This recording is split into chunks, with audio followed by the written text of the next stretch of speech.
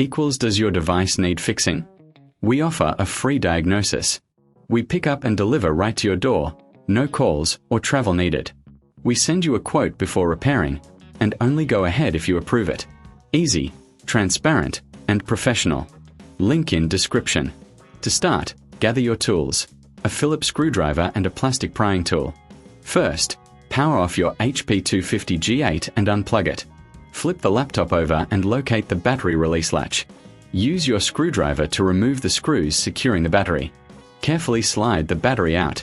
Before installing the new battery, take a moment to clean the internal area. Dust can affect performance. Now, insert the new battery into the slot, ensuring it clicks into place. Replace the screws to secure it. After that, flip the laptop back over. Power it on to check if the new battery is recognized.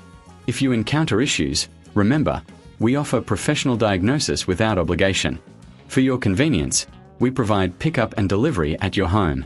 No calls, no travel, just a simple service. And don't forget, you'll receive a quote before repair. This ensures you know the costs up front. With your new battery installed, enjoy your HP 250 G8 with improved performance. Does your device need fixing? We offer a free diagnosis.